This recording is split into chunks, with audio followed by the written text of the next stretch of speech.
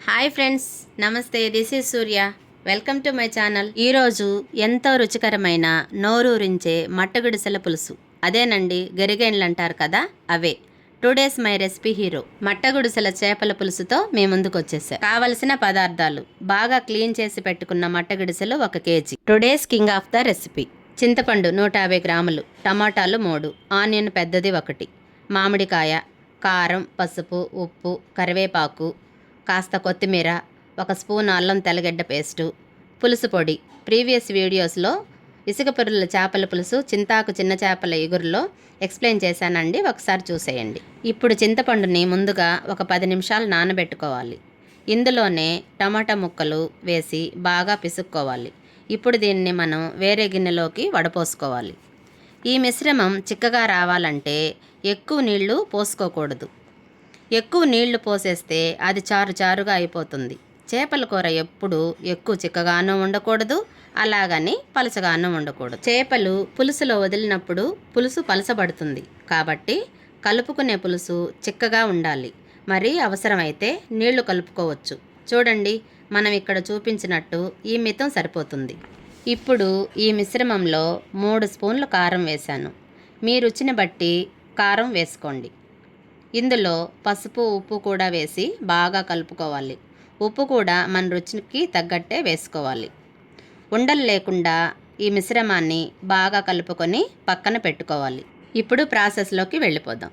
ఇప్పుడు స్టవ్ మీద మందపాటి పాత్ర లేదా బాండీ పెట్టుకొని తగినంత ఆయిల్ వేసి వేడయ్యాక ఆవాలు, తరిగి పెట్టుకున్న ఆనియన్ వేసి బాగా కదుపుతూ వేపుకుంటూ ఉండాలి.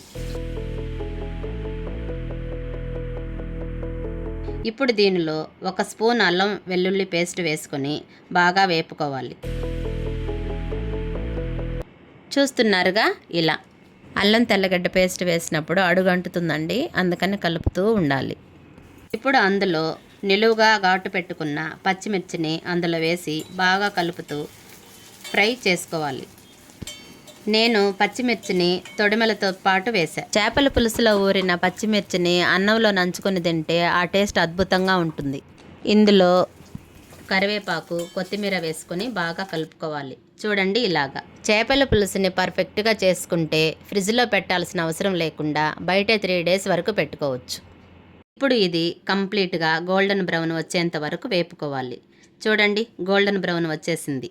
ఇప్పుడు ఇందులో ఇందాక మనం రెడీ చేసి పెట్టుకున్న మిశ్రమాన్ని వేసేసుకోవాలి.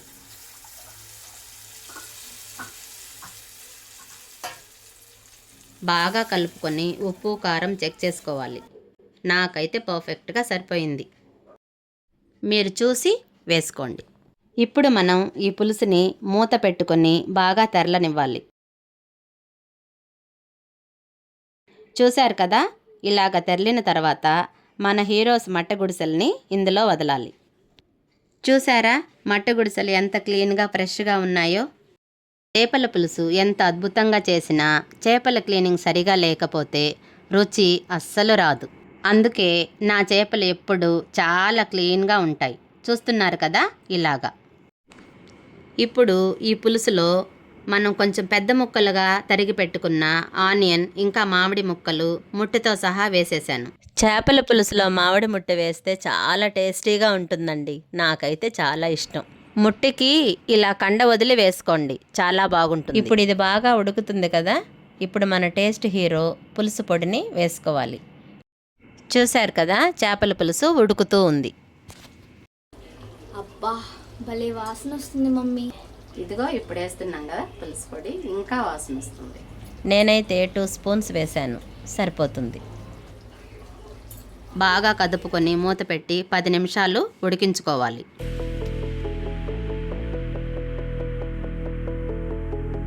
పది నిమిషాల తర్వాత మూత తీసి చూస్తే అద్దరిపోయే అరోమాతో నేను రెడీ అంటుందండి చేపల పులుసు. ఇప్పుడు ఇందులో 1 కరివేపాకు రెమ్మ వేసి బాగా కదుపుకొని దించేసుకోవడమే. అబ్బా, రుచి అయితే నెక్స్ట్ లెవెల్. ఇది మీరు తప్పకుండా ట్రై చేసి తీరాల్సిందే, వావ్ అనాల్సిందే. ఎలా వచ్చిందో కామెంట్ బాక్స్లో తెలియజేయండి. Thank you for watching. Subscribe చేసుకోవడం మర్చిపోకండి.